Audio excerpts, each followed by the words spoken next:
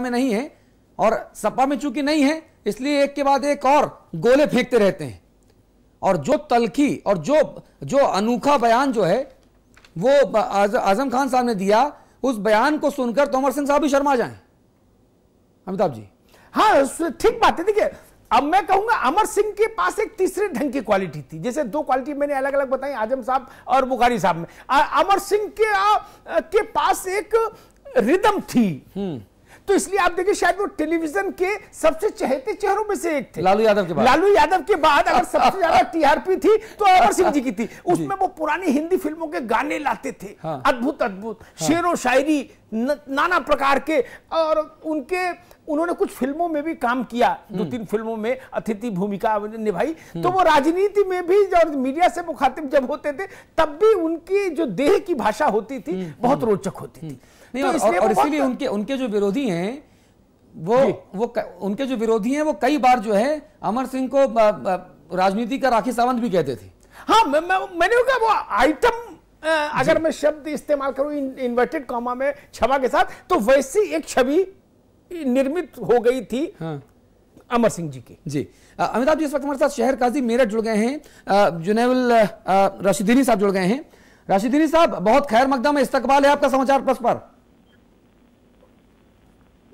जी काजी साहब, आवाज आ रही है मेरी? जी बोलिए। जी मैं कह रहा हूं कि मैंने इस्तकबाल किया आपको साहब। किसने? आपका स्वागत किया मैंने समाचार प्लस पर। अच्छा, शुक्रिया बहुत बहुत। जी ये बताइए, बैठे बैठाए क्या पंगा हो गया, क्या नाराजगी हो गई भाई आजम खान साहब से? बढ़िया तो आदमी है, बताते हैं।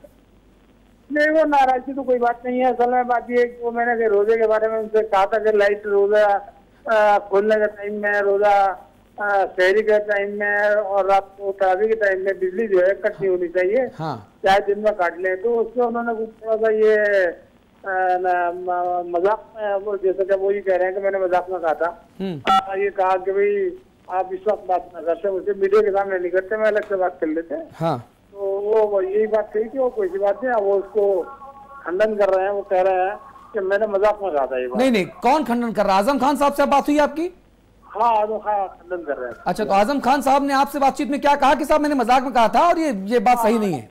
हाँ, वो ये कह रहे हैं कि मैं तो मजाक में कहा था, और मजाक में दाढ़ी के लिए मजाक में कह दिया था कि भाई दाढ़ी वाला मुसलमान नहीं होता, बगैर दाढ़ी वाला ही मुसलमान होता है। अच्छा, तो यानी कि अब ये पूरा मामला खत्म समझा जाए?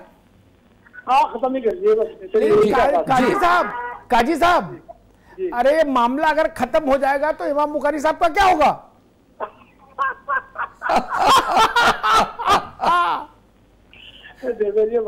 अरे हुजूर, उनका भी कुछ ख्याल करिए, रोजे चल रहे हैं।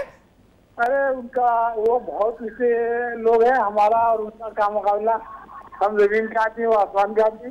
अरे उनका रोजा इफ्तार नहीं कराएंगे, वो तो रोजे पे बने रहेंगे। नहीं, वो तो उनके तो रोजे बहुत सारे होते हैं, इनके जैनुल साहब मुझे बताइए, शाही इमाम साहब के पेट में इतना दर्द क्यों हुआ? बात आपसे हुई आजम खान साहब की, आपके मेरठ के प्रभारी मंत्री हैं, आपके मित्र भी हैं, आपसे उन्होंने कह दिया कि साहब मजाक में कहा था, तो मिर्ची इमाम साहब को क्यों लगी? मुझे समझ नहीं आया अभी तक।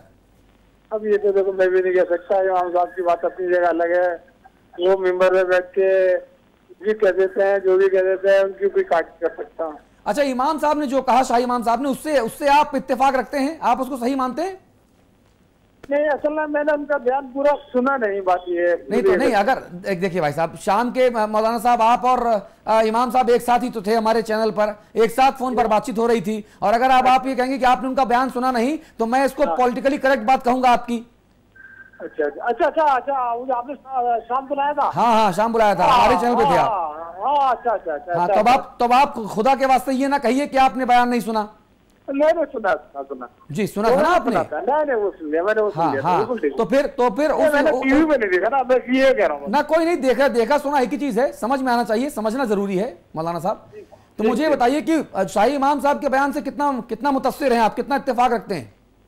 नहीं, देखिए, शाही इमाम साहब का बयान अपनी जगह नासिब है, सही है, जो कुछ भी है, वो जो कुछ कहते हैं वो बात तो ठीक थी।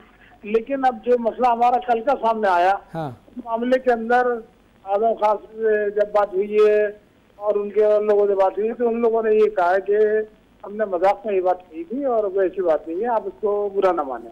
अच्छा, मजाक में आजम खान साहब जो हैं बहुत सारी बातें और कह जाते हैं। शाही इमाम साहब के ऊपर उन्होंने जो मजाक किया वो मैं सुनवाऊं क्या आपको? वो क्या सुन लीजिए, आप सुन लीजिए। मैं अपने सहयोगियों से कहूंगा कि आजम खान साहब का वो बयान सुनाया जाए जो शाही इमाम साहब के ऊपर उन्होंने किस अंदाज में कहा, किस अंदाज में आप समझते हैं वो बयान। चलिए आपकी टीवी स्क्रीन पर ये रहा, फिर सुनिए। अब उनकी बात मानना तो चाहिए थी। भाई साहब के लिए वो अपने राज्यसभा मांग रहे थे, बेटे दामाद के लिए लाल बत्ती मांग रहे थे। अब ये मिलना चाहिए थी, उनका तो हक बनता है। और अगर ये मिल जाती तो मुसलमानों का सारा मसला हल हो जाता। सौदा अच्छा था। अब क्यों नेताजी ने नहीं मानी ये बात, ये मैं नहीं बता सकता। लेकिन हाँ, इतने में ही अगर मुसलमानों की सारी समस्याएं हल हो रही थीं, भाई को राज्यसभा और दामाद को लाल बत्ती मिल जाती तो सारी परेशानियां दूर हो जाती। लेकिन मेरे ख्याल से वजह ये रही होगी कि उत्तर प्रदेश की सबसे बड़ी मुस्लिम सीट थी जहां 80% मुस्लिम वोट है, और इमाम साहब के दामाद अकेले मुस्लिम कैंडिडेट थे। लेकिन जमानत जब्त हो गई। उन्हें खुद भी इस बात के लिए शर्मिंदा होना चाहिए कि उत्तर प्रदेश के मुसलमानों में उनकी क्या हैसियत और क्या साख है। और हमारी राय में तो अभी जहां जामा मस्जिद है वहां का पार्षद जिताकर वहां की सेवा करें तो ज्यादा बेहतर है। दिल्ली में भी बहुत मुसलमान रहते हैं, दिल्ली प्रदेश की सेवा करें। उत्तर प्रदेश को हम देख ही रहे हैं, यहाँ के मामलात यहाँ के लोगों पर छोड़ें और हमारे ऊपर रहम खाएं। काजी साहब आप हैं हमारे साथ? हाँ जी जी, मैंने सुन लिया जी। अब बताइए, अब इतने प्यार से ये भी मजाक है क्या? ये बड़े आदमी की बड़ी बात है भाईजान, मैं क्या कर सकता हूँ। भाईजान देखिए, आप भी छोटे आदमी नहीं हैं, आप भी चीज तो बहुत बड़ी है। ये जी, आप भी चीज तो बहुत बड़ी है। ये जो बयानबाजी हो रही है, इस बयानबाजी पर कुछ कह दीजिए। देखिए, अब आप सुनना चाहते हैं करोड़ों लोग आपको। नहीं देखिए, बयानबाजी भी क्या कहना, मैं कह रहा हूँ कि देखिए आजम खान ने जो बात कही है वो भी अपनी जगह किसी तरह तक सही है, क्योंकि इमाम साहब के भी मसाइल हैं, उनके भी मुतालबात हैं। उन्होंने भी कई बार कहा है कि हाँ भी ठीक है, हम अगर जिता सकते हैं तो हम भी ले सकते हैं, तो उन्होंने इस तरह से कहा है। और जहाँ तक इमाम साहब काजी साहब कोई दबाव लग रहा है मुझे आपके ऊपर। देखिए दबाव क्या, असल में बात यही है कि वो कई ऐसे लोगों के मेरे पास फोन आ गए लखनऊ से, कि बहुत जिम्मेदार आदमी हैं, और उन्होंने भी मुझसे ये बात यही कही है। अच्छा, किसका फोन आ गया? काजी साहब आपकी बात सही है। देखिए, झगड़ा से कोई फायदा नहीं है, मामले को दबाना चाहिए, मामले को निपटाना चाहिए। किसके फोन पे निपट गया मामला? किसका फोन आया था आपके पास? देखिए, मैं नाम नहीं सुनना चाहूंगा, मुनासिब का नहीं है, जरा समझ लीजिए जरा ये। काजी साहब देखिए, करोड़ों लोग सुन रहे हैं आपको, करोड़ों लोग आपको देखना चाहते हैं। आप इतनी अच्छी बातें कर रहे हैं, ईमानदारी से बातें कर रहे हैं, तो नाम लेने में हम तारीफ करेंगे उस शख्स की जिसने ये मामला निपटवाया भाई। बस मैं इतना कह सकता हूँ कि वो यूपी असेंबली का कोई जिम्मेदारी आज खास नहीं, यूपी असेंबली का जिम्मेदार आदमी तो है, लेकिन आप नाम लेंगे तो मैं तारीफ करूंगा उसकी कि भैया आपने ये पूरा बवाल खत्म किया, अच्छी बात है, विकास की तरफ ध्यान लगाना चाहिए। नाम बता दीजिए, तारीफ हम करना चाहते हैं भाई। नहीं देखिए, अरे काजी साहब, यूपी असेंबली में तो 403 लोग हैं हुजूर, ढूंढते ढूंढते आंखों पत्थरे आ जाएंगी।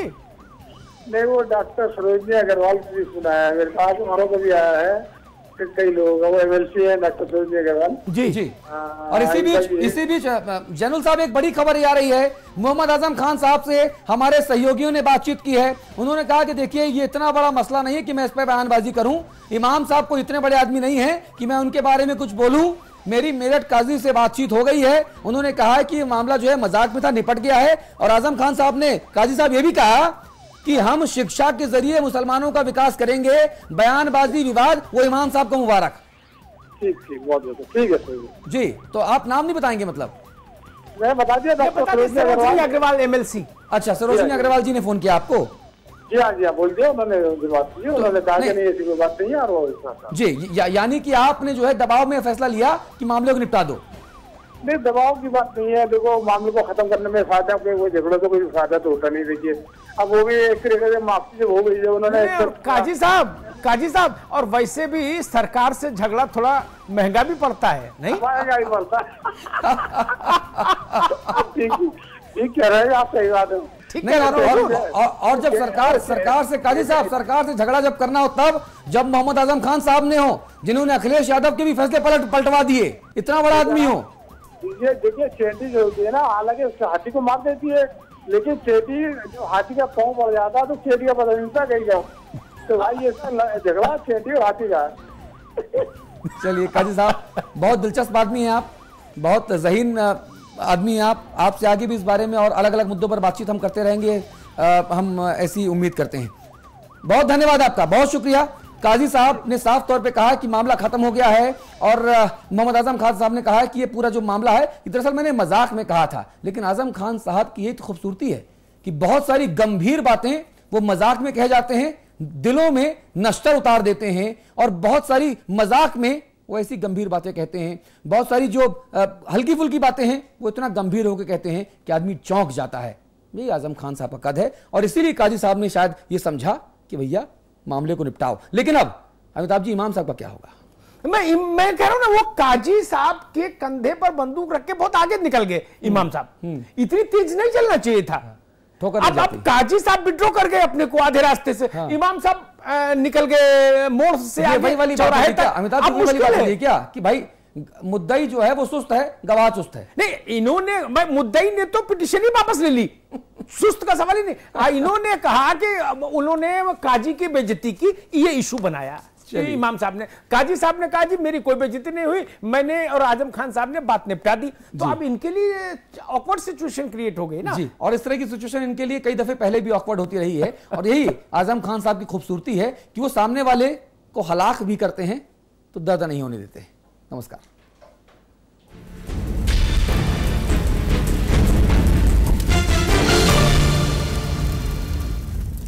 इन नैनों में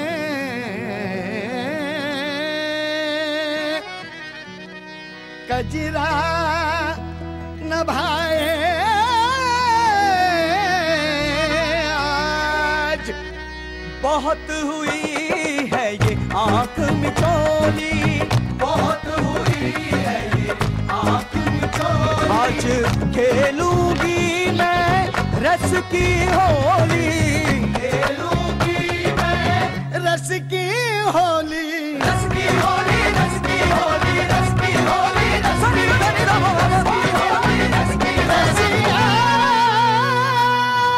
एक परफेक्ट इंजीनियर बनने से पहले, स्टॉक मार्केट में अपनी जगह बनाने से पहले, सॉफ्टवेयर प्रोफेशनल बनने से पहले, एक मल्टीनेशनल ग्रुप का सीईओ बनने से पहले, मार्केट के उतार चढ़ाव को समझा, मैनेजमेंट के कॉन्सेप्ट्स को समझा, एक परफेक्ट स्टूडेंट बना। मैंने डिग्री हासिल की। I studied at Quantum, at Quantum, at Quantum, at Quantum, Quantum Global Campus, जिंदगी को दे नई दिशा। Let's get it touchy. Hey, do you want Pepsi? Yeah. Then you gotta play our game. मौके पे चौके पे मौके पे चौका, मौके पे चौके पे मौके पे चौका। ये से नहीं हुआ। निशाना तू लगाएगा फिर गोली चलाएगा, तुझे नहीं पता है कि गेम चेंज हो जाएगा। मौके पे चौके पे मौके पे चौका,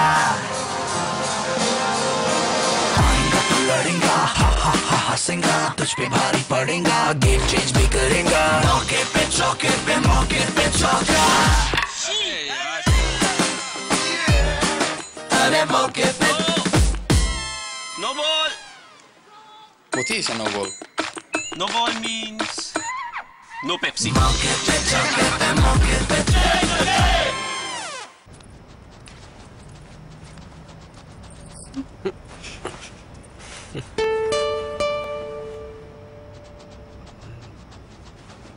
खाने में क्या है?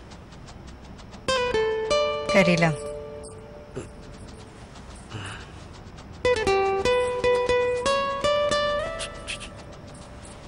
मीठे में क्या है? खाने के बाद मीठे में कुछ मीठा हो जाए।